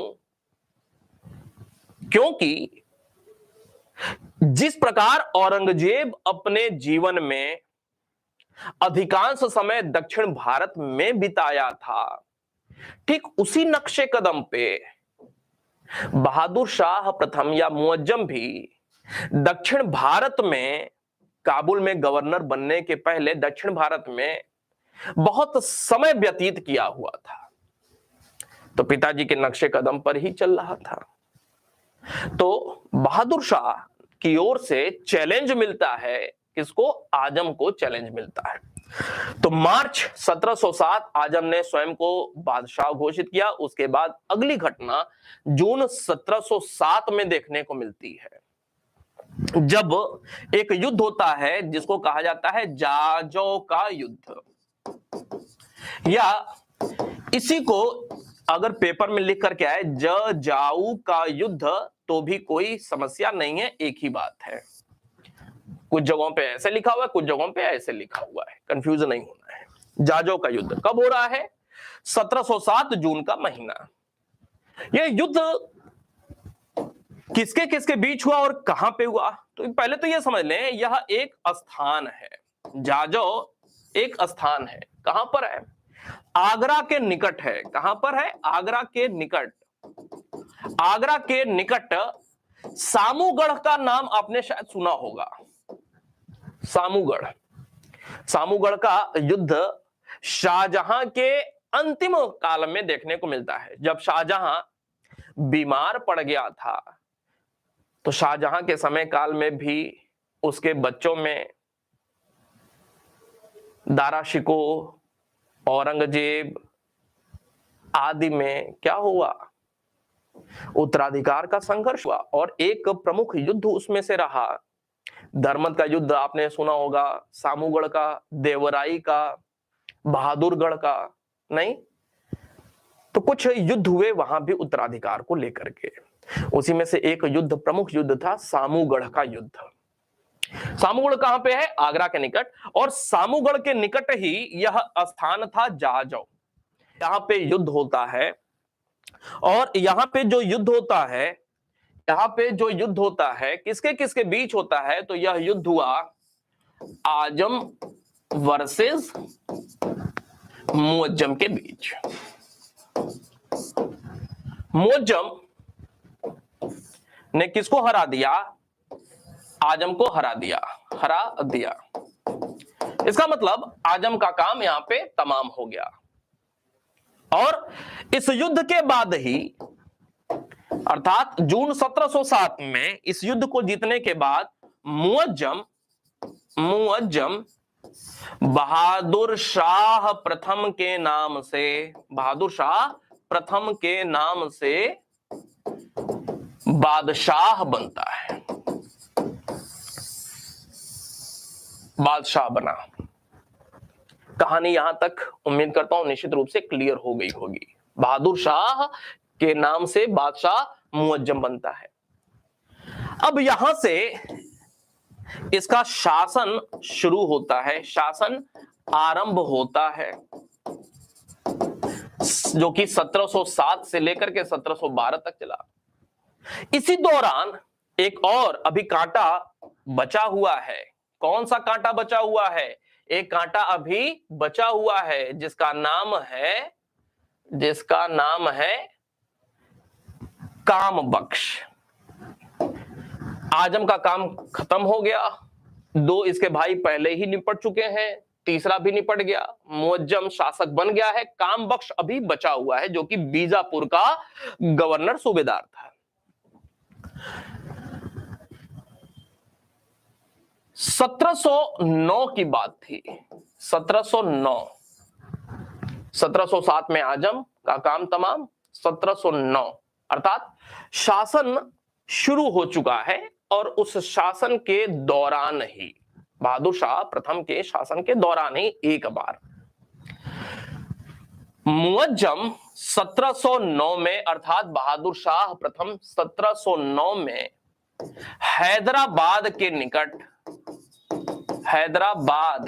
निकट एक युद्ध हुआ और इस युद्ध में कामबख्श भी हार गया, मारा गया। तो कामबख्श का भी काम तमाम हैदराबाद के निकट, लेकिन कुछ समय बाद 1709 में हुआ। प्रश्न इस पे इस प्रकार से जोर दे रहा हूं, क्यों? क्योंकि प्रश्न यह भी पूछा जा सकता है कि उत्तराधिकार के संघर्ष में बहादुर शाह प्रथम ने सबसे अंत में किसको हराया था? प्रश्न यह भी पूछा जा सकता है। घुमा घुमा करके प्रश्न बना करके आपको बता रहे हैं कि जो प्रश्न पहले नहीं आए हुए हैं, अब नए नए प्रश्न कैसे कैसे बन सकते हैं, यह आपको जानने की, समझने की जरूरत है। उत्तराधिकार के संघर्ष में बहादुर शाह प्रथम या मुअज्जम ने अंतिम रूप से किसे हराया था? तो 1709 में अंतिम जो बचा हुआ था कामबख्श, उसको हराया था। तो उत्तराधिकार का संघर्ष जब जब आवे मुगल काल में या कहीं भी, तो पहला हारने वाला कौन था, अंतिम हारने वाला कौन था? तो वो जो पहले से अंतिम का जो क्रोनोलॉजी है वह भी आपको पता होना चाहिए। समझ में आ रही है बात? आगे बढ़ते हैं। ये जो बात समझ में आ गई आपको कि जाजौ का युद्ध हुआ, जिसमें कब हुआ? 1707 में मुअज्जम ने आजम को हरा दिया। प्रश्न यह भी पूछा जा सकता है कि किस युद्ध को जीतने के बाद मुअज्जम शासक बना, किस नाम से शासक बना, कुछ भी पूछा जा सकता है। मुअज्जम बहादुर शाह प्रथम के नाम से बादशाह बनता है जाजौ को जीतने के बाद, आजम को हरा करके। 1709 में जो अंतिम भाई था उसको भी हैदराबाद के निकट अर्थात कामबख्श को निपटा देता है। आगे ले चलते हैं बात। ये जब 1707 में शासक बना, 1707 में जब शासन इसका आरंभ हुआ, तो इस समय जो इसकी उम्र थी ना, वह उम्र थी 63 वर्ष। कितनी उम्र थी? 63 वर्ष। बहादुर शाह प्रथम जब शासक बना तो उसकी उम्र थी 63 वर्ष, अर्थात बुढ़ा होगा तेरा बाप वाली स्थिति थी, बुढ़ापा छाया हुआ था इनके ऊपर। आप समझ सकते हैं कि कोई 63 वर्ष की उम्र में राजकुमार से राजा बन रहा है, कितना खुश हुआ होगा। अरे यह अगर 14 वर्ष में हुआ होता, अति युवा अवस्था में, तब की बात अलग थी। 24 वर्ष में हुआ होता तब की बात अलग थी। 30 वर्ष में हुआ होता तब की बात अलग थी। 40 वर्ष तक हुआ होता तो भी गुंजाइश थी। अब कोई मरने के कगार पहुंच गया है और वो उसको शासक बनाया जाए, कितनी खुशी होगी, न के बराबर। क्योंकि जीवन उसका लगभग समाप्त हो चुका है। जीवन में जो कुछ देखना था उसने देख लिया है, अर्थात बहुत ज्यादा सक्रियता की उम्मीद इससे नहीं की जा सकती। सक्रियता की उम्मीद नहीं की जा सकती। पैर कब्र में आधा पहुंच चुका है, 63 वर्ष। शरीर जर्जर हो रहा है, ढीला है, बहुत ज्यादा एक्टिवनेस की उम्मीद नहीं की जा सकती। और शासन प्रशासन में क्या हो रहा है, राजा तो बन गए लेकिन शासन प्रशासन में क्या हो रहा है, बहुत एक्टिव तौर पे या जानने समझने की बात इनके साथ जुड़ी हुई नहीं थी, क्योंकि बुढ़ापा छाया हुआ है। यही कारण है कि इन्हें क्या एक उपनाम दिया गया, शाह ए बेखबर नाम दिया गया। शाह ए बेखबर किसे कहा जाता है, क्यों कहा जाता है, वो आपको बताया।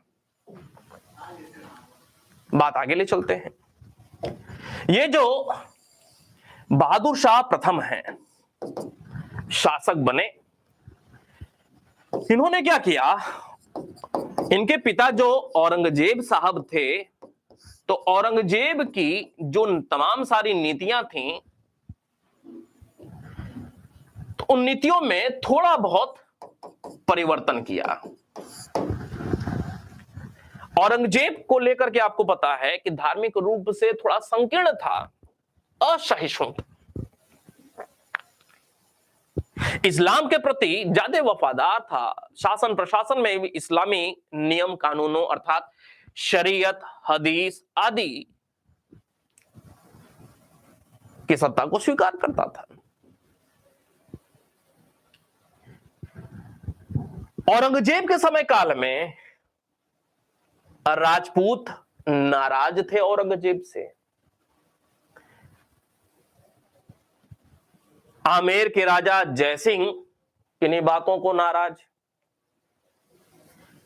मारवाड़ का जो राजा था जसवंत सिंह, उसकी मृत्यु होती है, उसका जो एक बच्चा पैदा होता है अजीत सिंह, उसको वैध संतान नहीं मानते हैं और मारवाड़ पर मुगलों का कब्जा करने का प्रयास करते हैं औरंगजेब, तो मारवाड़ नाराज। किसानों के आंदोलन हो रहे हैं, जाटों का विद्रोह हो रहा है, सिखों का विद्रोह हो रहा है औरंगजेब के समय काल में। तो औरंगजेब के समय काल की तमाम सारी राजनीतिक सामाजिक समस्याओं में कुछ विद्रोह भी देखने को मिलते हैं, जैसे जाटों का विद्रोह, सतनामी विद्रोह, किसानों का विद्रोह, सिखों का विद्रोह और राजपूतों का विद्रोह। ये कुछ विद्रोह रहे औरंगजेब के समय काल में। मतलब ये जो वर्ग है औरंगजेब की नीतियों से असंतुष्ट है। तो इन्होंने क्या कहा, क्या किया, बहादुर शाह ने नीतियों में कुछ परिवर्तन किया। कैसा परिवर्तन, लोगों को संतुष्ट करने का, लोगों को संतुष्ट करने का। कैसे संतुष्ट किया जा रहा है, बात आगे ले चलते हैं। नीतियों में परिवर्तन किस रूप में, अगर यह बात करें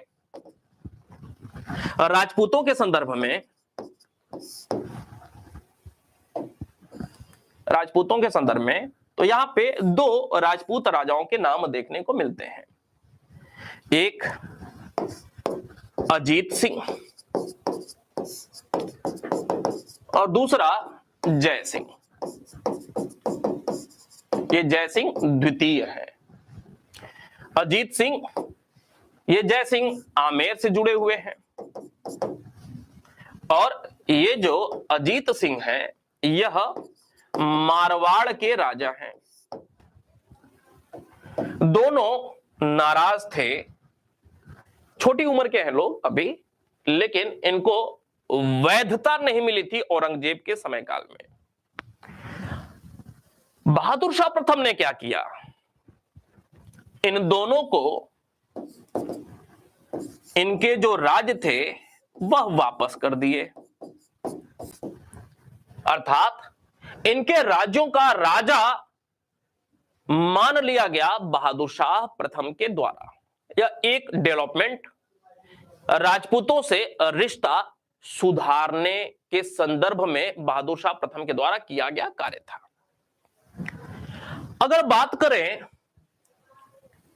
मराठों को लेकर के, तो मराठा के संदर्भ में आपको बताया कि शाहू को रिलीज किया जा रहा है, कैद से मुक्त किया जा रहा है। कहां पे कैद में थे? रायगढ़ किले में ही कैद से मुक्त किया जा रहा है, बहादुर शाह प्रथम के समय काल में, मान लें। यही उत्तर भी लगाना है। लेकिन शाहू को कैद से मुक्त किया जा रहा है, लेकिन शाहू को लेकर के कुछ खास बातें हैं जो कि कॉन्सेप्ट के रूप में समझना है। यहां पे लोग समझाते नहीं हैं। शाहू को अभी विधिवत राजा नहीं माना गया।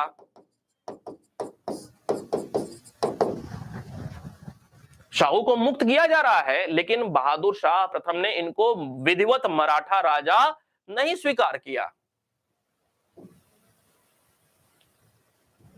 दूसरी बात, मराठों को, जो दक्षिण में मराठा पेशवावादी थे, मराठों को सरदेशमुखी वसूल करने का अधिकार मिला। सरदेशमुखी वसूलने का अधिकार मिला,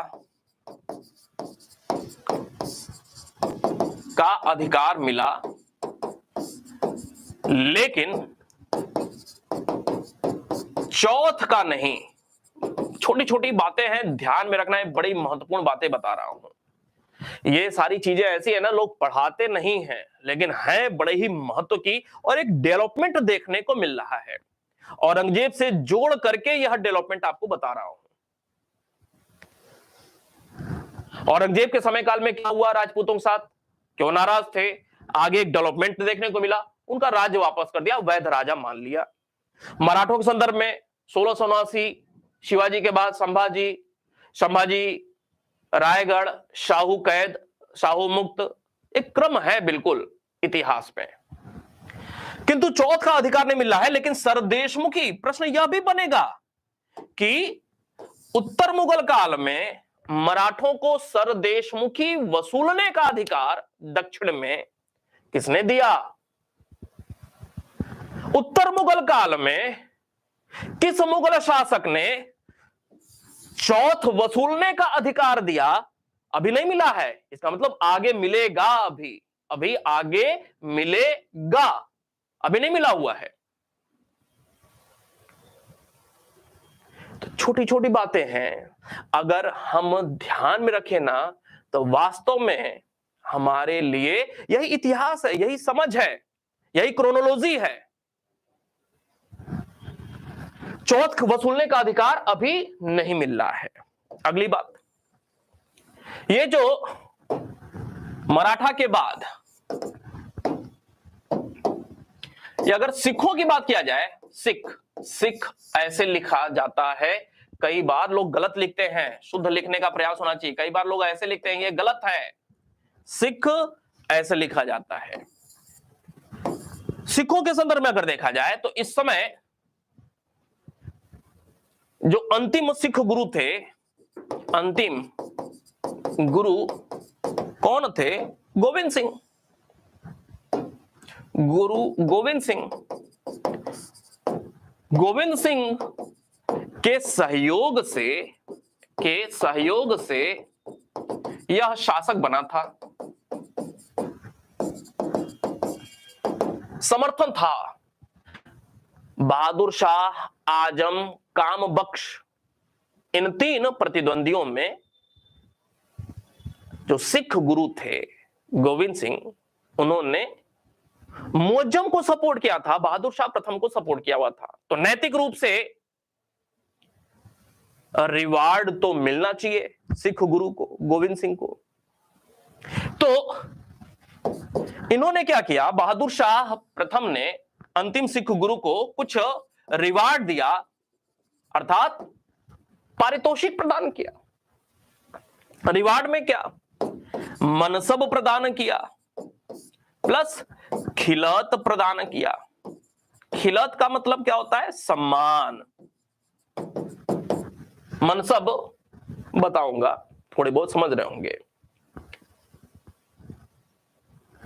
मनसब प्रदान किया, जागीर प्रदान किया, मनसब मतलब जागीर, खिलत प्रदान किया। लेकिन इसी के समय अर्थात मुअज्जम अर्थात बहादुर शाह प्रथम के ही समय काल में 1708 का वर्ष था। इसी के समय इनकी मृत्यु भी हुई थी। कहां पे?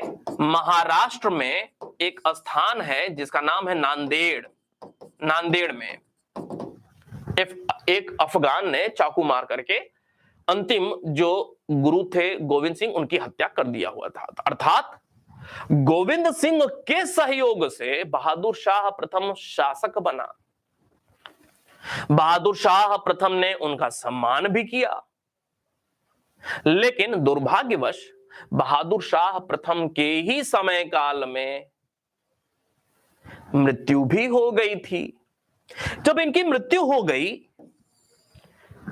गोविंद सिंह की मृत्यु हो गई, तो इनका जो चेला एक था ना, शिष्य को क्या कहा जाता था? बंदा कहा जाता था। क्या नाम था इसका? बहादुर, बंदा बहादुर। अंतिम सिख गुरु, 10वें सिख गुरु गोविंद सिंह का जो सबसे प्रमुख शिष्य अर्थात बंदा बहादुर था। इसका वास्तविक नाम बहादुर नहीं है, वास्तविक नाम लक्ष्मण दास था। लक्ष्मण दास, जब सिख पढ़ेंगे तब वहां पे डिटेल में बात करेंगे इसकी।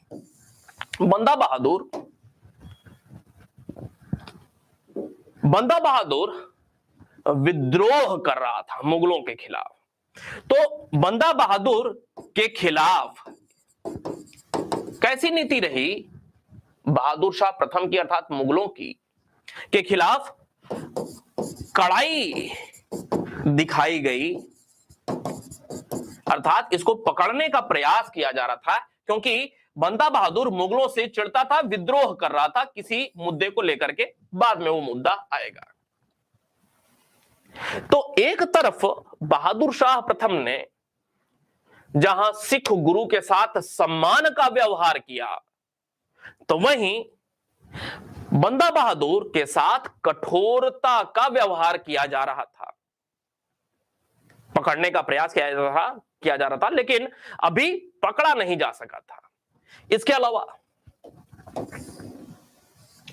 तो हमने बात किया राजपूतों की, हमने बात किया मराठों की, हमने बात किया सिखों की बहादुर शाह प्रथम के समय काल में। इसके अलावा जाटों की बात करें तो इस समय जाट नेता जो था वह था चूड़ामन। चूड़ामन के साथ मेल मिलाप की नीति रखी। मेल मिलाप की नीति कौन रख रहा है? बहादुर शाह प्रथम की बात हो रही है। क्यों रख रहा है? क्योंकि जाट नेता चूड़ामन ने बंदा बहादुर के खिलाफ क्या किया था? बंदा बहादुर के विरुद्ध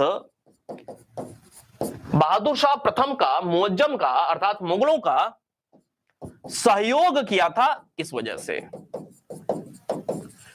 एक और प्रश्न मिल गया यहां पे कि बंदा बहादुर के विरुद्ध किसने मुगलों का सहयोग किया था? जाट नेता चूड़ामन ने सहयोग किया था। इसके अलावा छत्रसाल का नाम आपने सुना होगा। छत्रसाल के साथ छत्रसाल वही छत्रसाल जिसने दूसरा मराठा पेशवा बाजीराव प्रथम को एक लड़की गिफ्ट किया हुआ था। मस्तानी फिल्म बनी बाजीराव मस्तानी, वही छत्रसाल के साथ भी मेल मिलाप की अर्थात थोड़ी बहुत मित्रता, मेल मिलाप का मतलब थोड़ी बहुत मित्रता का प्रदर्शन किसके द्वारा किया गया? बहादुर शाह प्रथम के द्वारा किया गया था। क्लियर है बात? जल्दी बताएं, क्लियर है? तो ये अलग अलग भारतीय समुदायों के साथ कैसी कैसी नीति रही वह आपको बताने का प्रयास किया, जिसको शाह ए बेखबर कहा जाता है, अर्थात बहादुर शाह प्रथम मुअज्जम। इसके समय आगे बात ले चलते हैं। इसके समय हुआ यह कि जागीर जो थे ना, जागीरों का और अधिक आवंटन हुआ और अधिक आवंटन किया गया।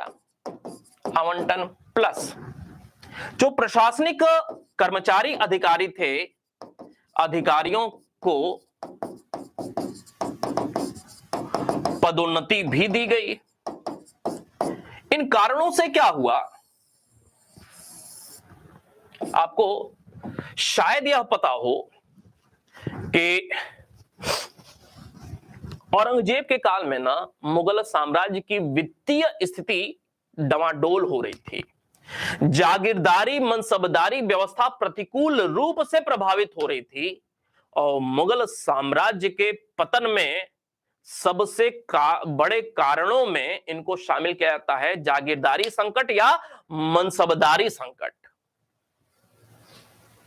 अर्थात इन कारणों की वजह से जो अमीर वर्ग था, प्रशासनिक कर्मचारी अधिकारी वर्ग था, वह प्रभावित हो रहा था, उसके हित प्रतिकूल रूप से प्रभावित हो रहे थे, वित्तीय स्थिति डवाडोल हो रही थी। और औरंगजेब के समय जो वित्तीय स्थिति डवाडोल हो रही थी, उसको और ज्यादा डवाडोल करने का प्रयास इन कारणों से हुआ बहादुर शाह प्रथम के भी समय काल में। तो इससे क्या हुआ, वित्तीय स्थिति और ज्यादा खराब हुई, वित्तीय स्थिति मुगलों की और ज्यादा खराब हुई।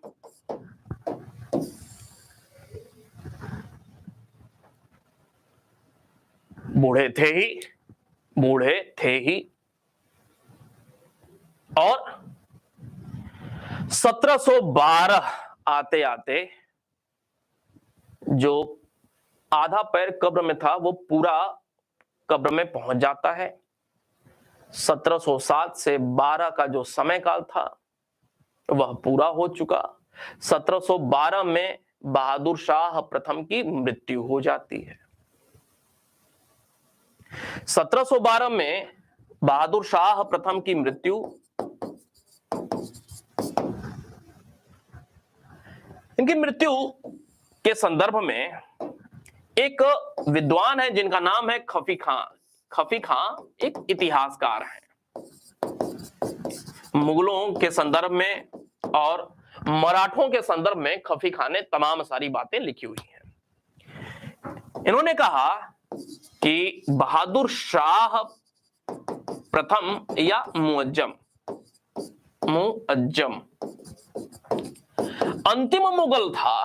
अंतिम मुगल था जिसके लिए कुछ अच्छे शब्द कहे जा सकते थे। किसने कहा? खफी खान ने कहा। बहादुर शाह प्रथम या मुअज्जम अंतिम मुगल था जिसके लिए कुछ अच्छे शब्द कहे जा सकते थे। अपने आप में एक बहुत ही महत्वपूर्ण लाइन है। क्यों कहे जा सकते थे? ऊपर इन्हीं सारी बातों से जोड़ करके मुख्य परीक्षा का यह एक टिप्पणी वाला प्रश्न बनता है। इसके आगे क्या हुआ, बात स्पष्ट रूप से समझ में आ रही है? बताएंगे एक बार में सारे लोग? हाँ। इसके बाद क्या हुआ, बहादुर शाह प्रथम या इसी को मुअज्जम या इसी को शाह आलम प्रथम, इसके 4 पुत्र थे। 4 पुत्र थे। कौन कौन से 4 पुत्र? एक का नाम जहांदार शाह, एक का नाम अजीम उश शान, एक का नाम रफी उश शान और चौथे का नाम जहां शाह, ये 4 बेटे थे। उन 5 का नाम आपको याद होगा जो औरंगजेब ने जन्म दिए थे। इनके 4 के नाम यह भी याद रखना है, और एक इतिहास है, थोड़ा सा मैं बताता हूं।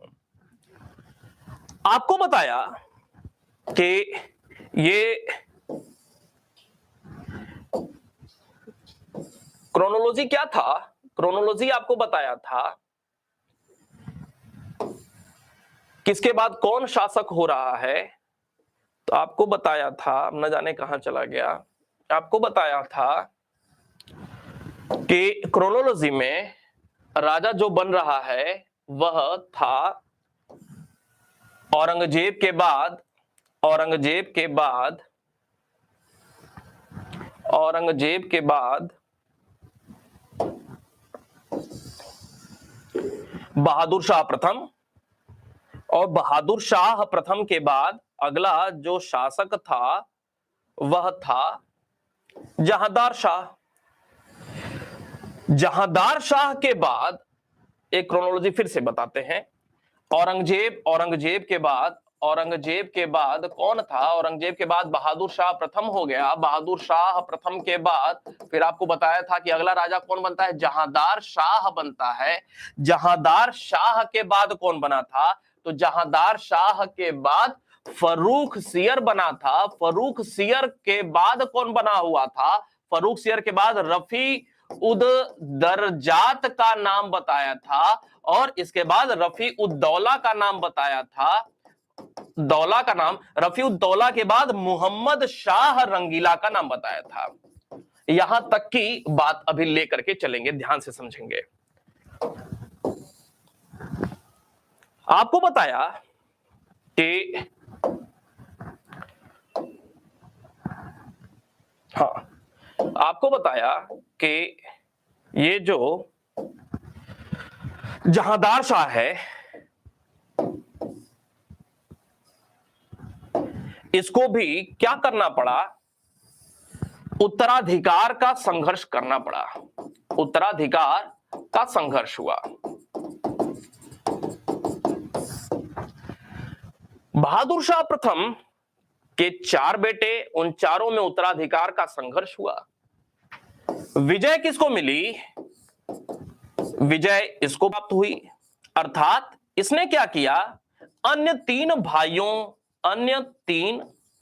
भाइयों की हत्या कर दी। भाइयों की हत्या करके यह बहादुर शाह प्रथम के बाद जहांदार शाह अगला शासक बनता है। लेकिन ये जो 3 भाई है ना, इनकी भी थोड़ी सी बातें बताता हूं आपको। इसमें अजीम उश शान जो है, ये वही व्यक्ति हैं जिनका बेटा, इनका जो पुत्र था वह था फर्रुख सियर। याद रहेगा, जहांदार शाह के बाद इन्हीं का बेटा फर्रुख सियर अगला शासक होता है। याद रहेगा। रफी उस शान के 2 बेटे, रफी उद दरजात और रफी उद दौला, ये दोनों रफी उस शान के ही बेटे थे। तो फर्रुख सियर के बाद अगला शासक बना रफी उद दरजात, और इसके बाद फिर रफी उद दौला। रफी उद दौला के बाद कौन था, मोहम्मद शाह रंगीला। मोहम्मद शाह रंगीला इनका बेटा था। इसका पुत्र कौन था, मोहम्मद शाह रंगीला। समझ में आई बात। अर्थात ये चाचा भतीजे का खेल 1748 तक चलता रहा, जब तक मोहम्मद शाह रंगीला शासक था। कल इस बात को अब आगे बढ़ाएंगे, जहांदार शाह से शुरुआत करेंगे और मोहम्मद शाह रंगीला तक इन सारी बातों को ले चलेंगे। उम्मीद करता हूं कि बहुत अच्छे से कॉन्सेप्ट के साथ बातें स्थिर तौर पे दिमाग में घर कर रही होंगी। एक बार उत्तर मुगल शासक को मेरे नजरिए से, मेरे तरीके से समझेंगे ना, तो आप पहले क्या जानते थे उसमें निश्चित रूप से गुणात्मक एक समझ विकसित होगी और एक परिपक्व समझ के साथ आप उत्तर मुगल शासन को भी अच्छे से यूरोपीय कंपनियों के आगमन जैसे ही याद रख पाएंगे। तो कल मिलते हैं फिर। आज शाम के समय मुझे लगता है कि 4-5 बजे के आसपास नेट वाली क्लास शुरू करेंगे और उसमें मुगल काल से ही शुरुआत कर रहे हैं। मुगल काल से ही शुरुआत करेंगे और उन सारी क्लासेस को आपको भी देखना है। आपकी परीक्षा जो होती है उससे 10, 15, 20% गहराई में जाकर के नेट में प्रश्न पूछे जाते हैं। तो आपके लिए भी समान रूप से वह नेट वाली कक्षाएं उपयोगी होंगी। तो शाम को फिर मिलेंगे। तब तक के लिए अनुमति, अच्छे से रहें, खुश रहें, पढ़ाई पे ज्यादा फोकस करें और एक विश्वास के साथ ज्यादा से ज्यादा रिवीजन पे फोकस करें। मिलते हैं फिर। धन्यवाद।